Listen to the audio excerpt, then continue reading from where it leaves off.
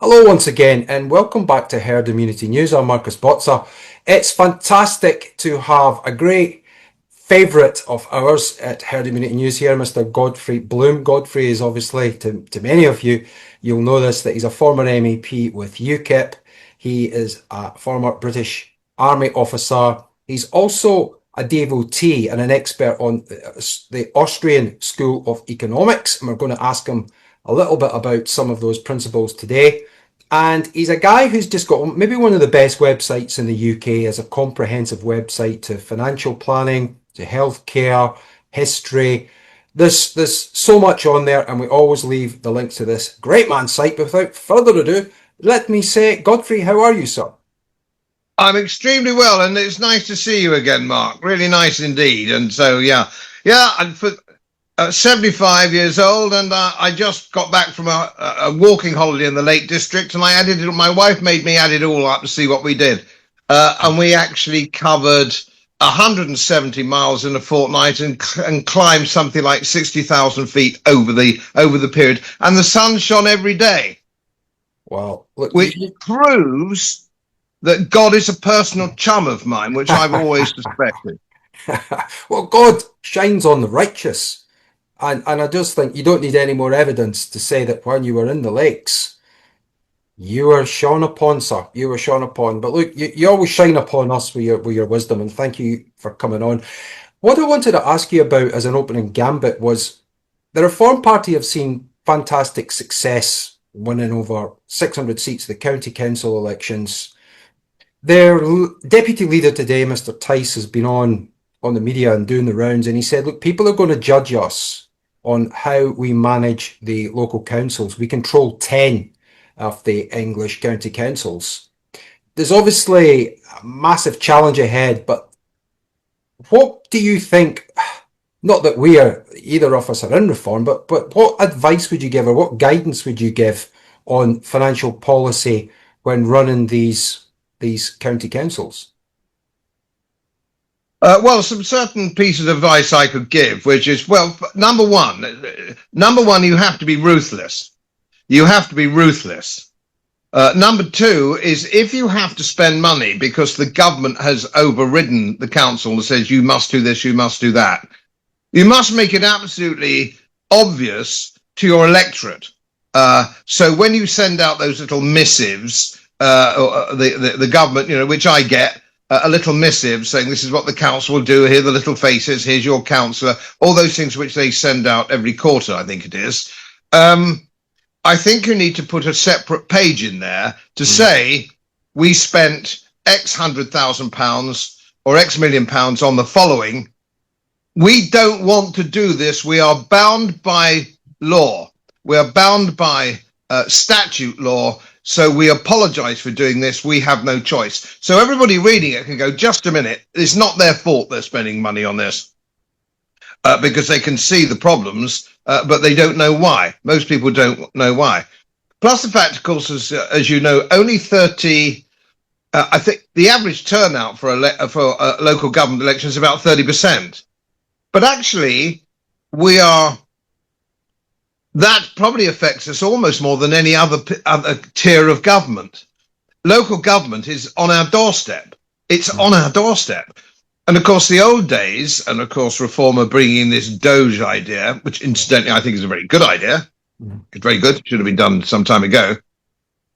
I think what they need to do is to break it down, to get people to understand, to get people to re-engage in local government. And I think one of the problems that we've had is that this country makes the very fatal error in bringing party politics into local government. It shouldn't have anything to do with your councillor, whether he sports a blue or a red rosette.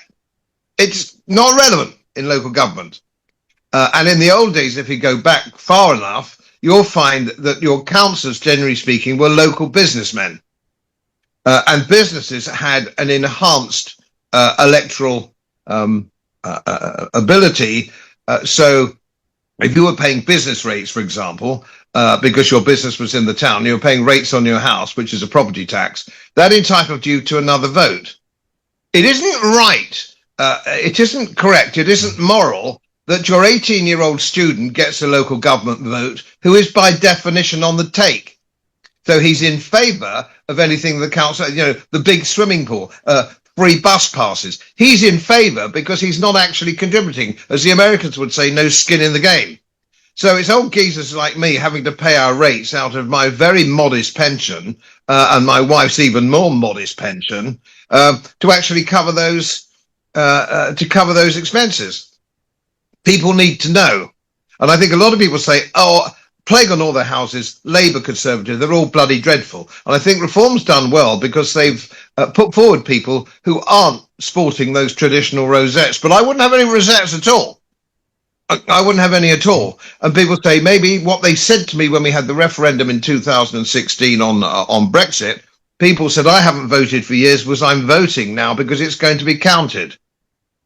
And I think if that spirit comes back, and if Doge at local level is shown to be what it is, which is broadly speaking a most colossal waste of money, especially in the Labour-controlled boroughs, where there's no business experience from councillors, there's no moral dynamic at all, and of course most of it is actually commanded by incomers. So your mayor, a lot of your councillors are just looking after special interest groups who have come over here who are not part of the indigenous population. And that's another problem. So we've got to get ordinary, hardworking people who were born in the constituency or born in the borough going back to the ballot booth. And if they concentrate on that, they'll find they do very well. Absolutely. And looking onto your website and the section that you've got, we recommend this to everybody that you said reform should mean reform. Actual reform. You've touched on the quangos and the money that's wasted. Now, Richard Tice, the deputy leader of reform, as I say, he's doing the rounds and he's talking about getting rid of as many of these diversity ESG diktats. All the reform candidates have refused to take the training, so they're saving the money on this straight away. But on the quangos and perhaps the pensions, Mr. Tice also mentioned the pensions today. The pensions, nobody's got a clue about the actual massive amounts of money that these index-like pensions are having on councils. Godfrey, could you touch on that a little bit? Yes, it's the trouble is we have here, Mark, it's off balance sheet. These things are always off balance sheet. So it is a liability. Let's say, for example, it was United Widgets, for example, the pension fund. If you didn't show the liabilities of the pension fund, it would be illegal and the directors would go to prison. Now, there's nothing in the balance sheets at all when it comes to British pensions in the public sector. And the quangos are public sector, whether they like to pretend they are not, it doesn't make any difference. So that is the situation. And it's not accounted for. So give an example of that. For example, as soon as Starmer got into office, he increased public sector salaries across the board. It was a sort of 5% increase across the board. And everyone said, oh, my goodness me, that's going to cost us an extra £1 billion a year or something. That is a piss in the bucket. What's going to happen there? All those 5% uplifts are going to give people an index-linked income uplift, which is impossible to get into the private sector. So that actually is a liability on the balance sheet of probably half a trillion. But nobody's talking about that because nobody really understands it. I spent my entire professional life, which was over 45 years, in managing pension funds. Yes. And that's what I did. So I do consider myself to be an expert. Now, I would be impressed if I saw a political party, and Reform in particular, as we're talking about Reform, employ somebody who was a professional, somebody who's retired from the pension fund industry, either a fund manager or perhaps somebody with an actuarial background or something of that nature, who could actually not talk about politics, talk about how much is this costing us? How much is it really costing us? And how much of our property tax or our rates is going into the pension fund for those at the town hall? It's not going into potholes, and it's not going into everything else that we want. It's not going into what we actually think it's going to do, or what it should be going into. Now, we know that. And most people know that, which is why they've become disinterested in local politics. They don't believe there's anything they can do.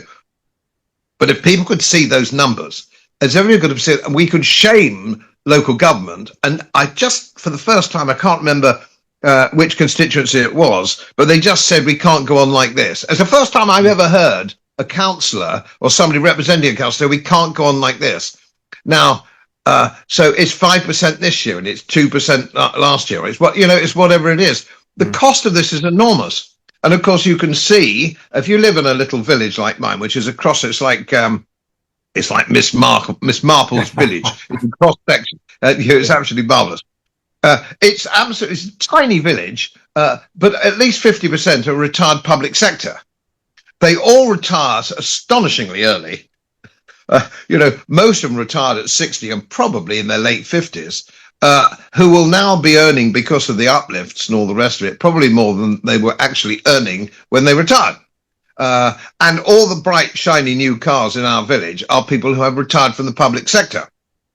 All the expensive holidays are taken by people who are everybody else is living lives of quiet desperation, trying to get by. And before people start shouting, saying, oh, you were an MEP, and so you were on the gravy train. Just to remind everybody, I didn't take the salary and I didn't take the pension and the attendance allowances I gave to local charities. So let's blow that one away straight away, because there's always the occasional person who likes to actually tap things in before they've actually engaged their brain. So I just thought I'd mention that. Now, we can't go on like this. I mean, my wife was a physiotherapist, and she used to treat lots of policemen for back problems. They didn't really have back. Anybody's got a back problem. Anybody can say they've got a back problem. It's one of the most difficult things to diagnose. But if you're a policeman at 48 years old and you claim that you've got a back problem, so you're retired early on health grounds and you're index linked, and then, of course, you get a job driving a cab or as a security guard or something, you're doing very nicely, thank you very much. And that's not to mention your chief constables and the senior ranks of the police officers who are on hundreds of thousands of pounds a year. Yeah. And I wouldn't pay most of them in shirt buttons, and I'm sure your viewers would agree with me on that. They're bloody useless, most of them. So, there's an awful lot of reform that needs going on. And a lot of it is contractual. You'll be amazed how little reform can actually do. Well, that's absolutely right. They're going to have their work cut out for them, but when they put themselves next to Labour, I think that might be the winning strategy for them, is to compare and contrast their track record against Labour's when it comes to the county councils. Then I think it's going to work out favourably for them, but let's see what happens. They're taking you on to another subject now that when we're honoured to get your time, I definitely want to ask you about this one, please, and that is on the ongoing Ukraine-Russia special operations and conflict. Now, we're spending billions, we're throwing billions and billions and billions away at this, and recently it looks like it's been escalating with the attack from Ukraine onto the nuclear bombers, which was almost unbelievable to watch before our very eyes. But if you can just give us your forecast for the economy, particularly in the UK, with the ongoing conflict between Ukraine and Russia, please, what the effects will be. Well, I would like to see built into a written constitution, or however constitutional lawyers can make this work, that we must never send any money abroad. Full stop. Now, we're giving billions to the Ukraine, which ends up via the Ukraine, via Zelensky and his illegal government, going into the industrial military complex. So this whole thing is a sham anyway. Yeah. This is not our war. It's nothing to do with us. So we shouldn't be sending any money at all. But it's the same with any money that we send. Whether it's in foreign aid, it's all embezzled. None of it's accounted for. And it runs to the tune of somewhere in the region, I think it's probably 25 or 30 billion pounds a year in one form or another. Think what you could do with that 30 billion. I personally, as an Austrian school of economics, would relieve the tax burden. But let's say that you weren't of that. Let's say you were a social democrat. That means women could retire at 65 on a full pension like they used to, in the old days.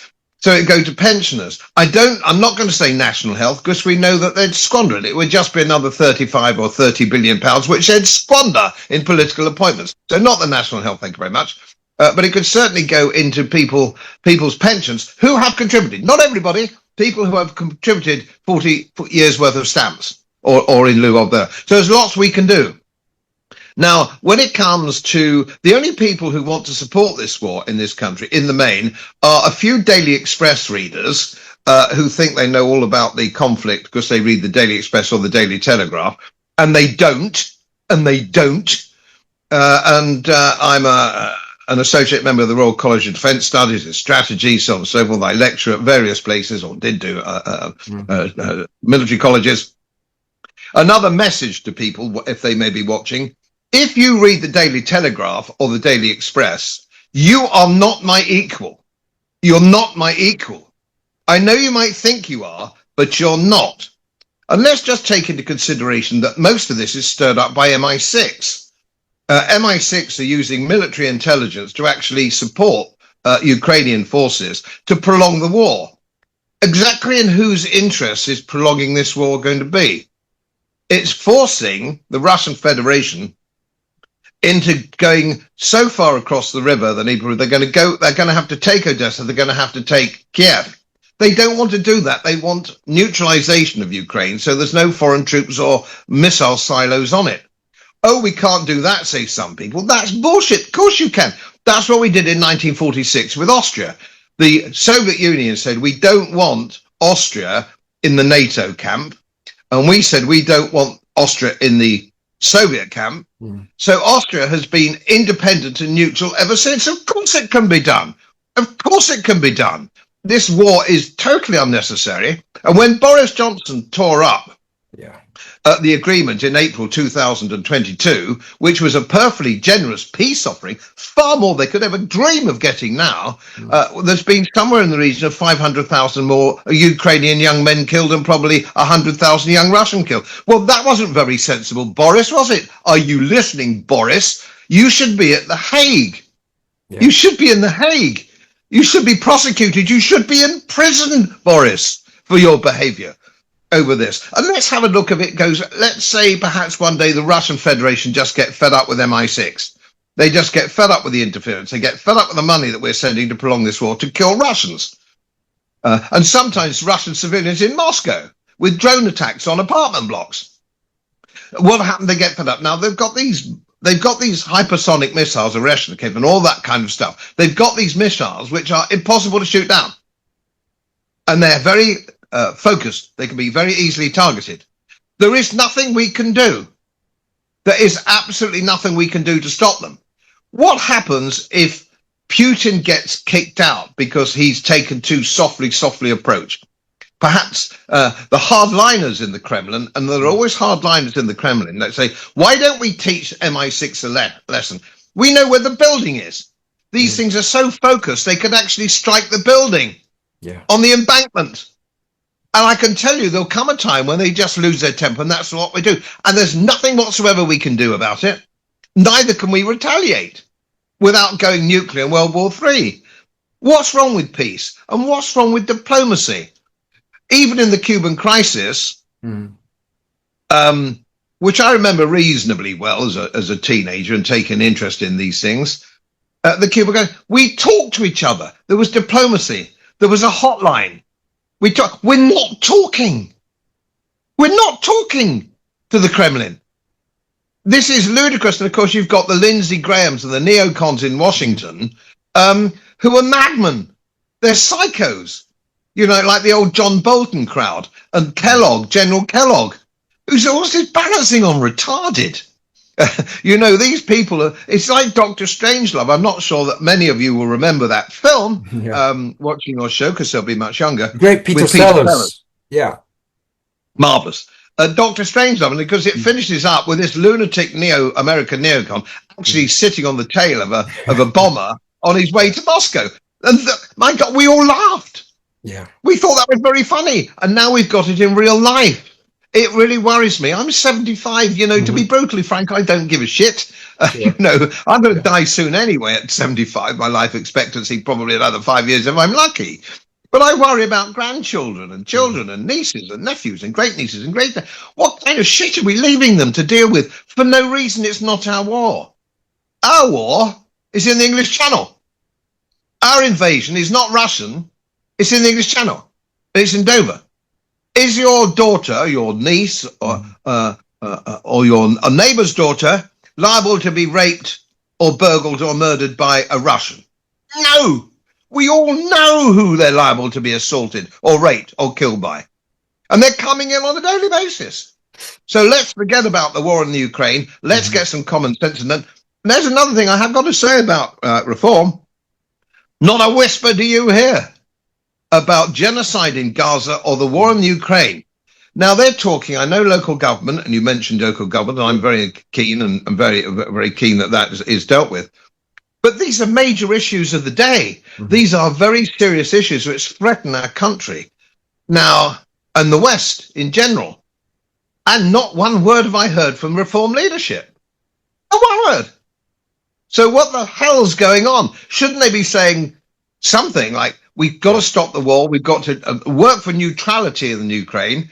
And the Russians have said this, the Russian Federation have said this, and stop, if they're thinking of tapping on the border, I'm not a Putin stooge, I'm in favor of peace, all right? It's not the same thing.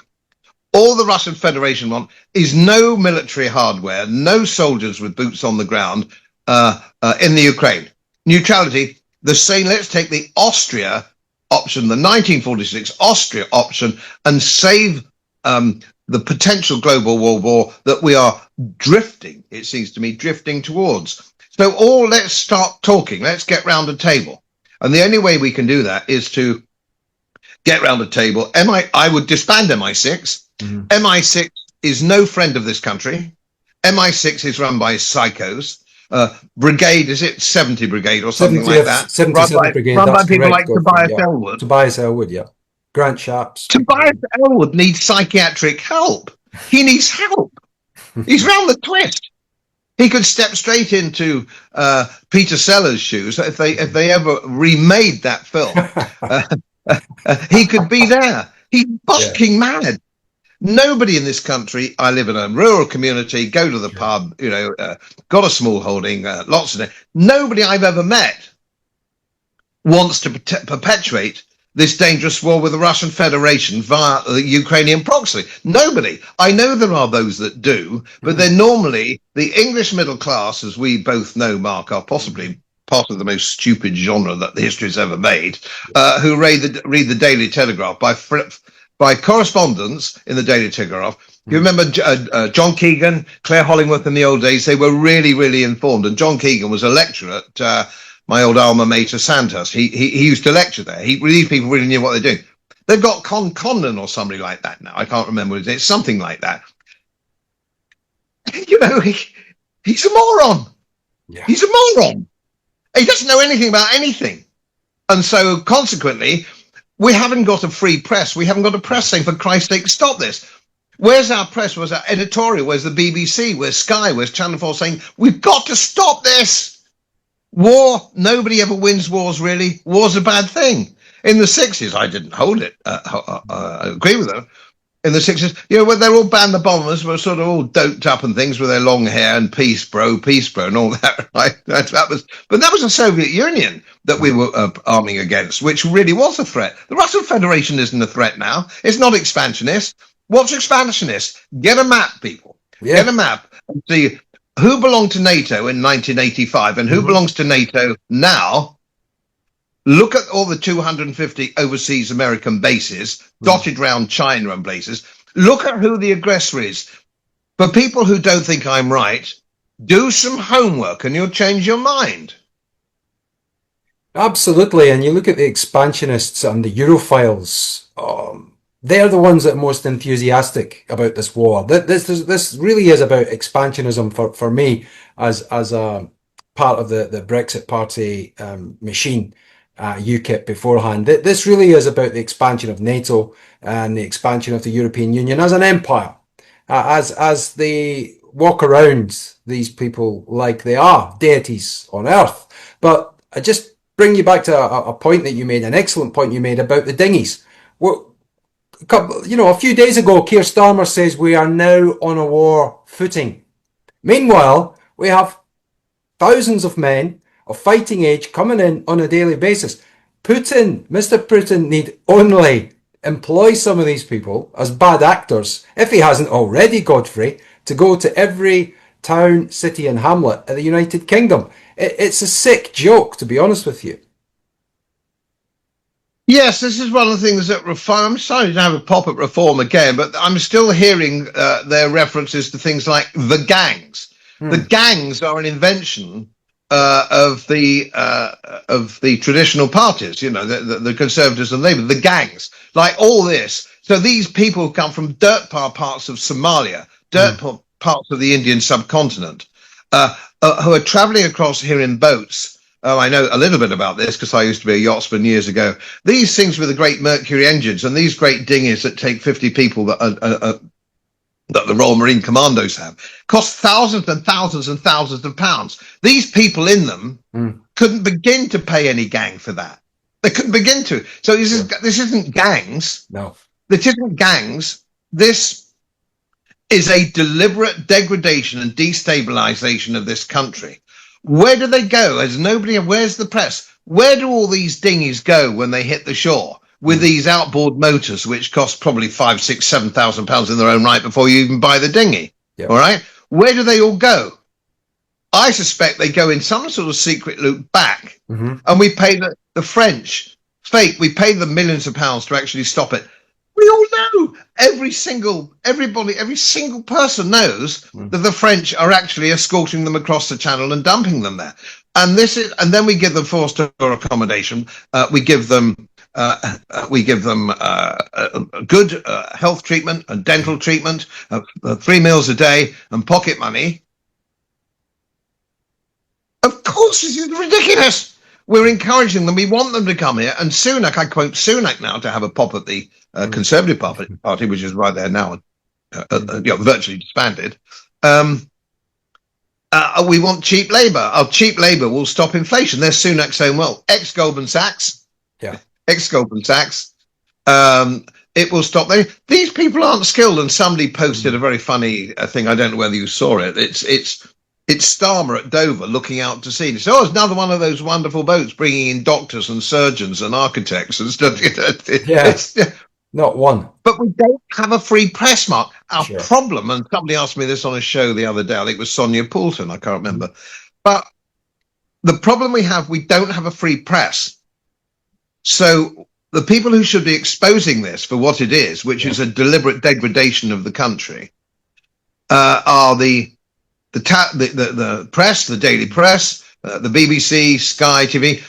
Why don't we hear from any of these people? Because it's part of the World Economic Forum plan. And who owns the TV and the press? Well, I think I'm right in saying it's about 7 multinational corporations who own all our press and our media, which is why there's a huge growth in social media channels such as yours and indeed such as mine.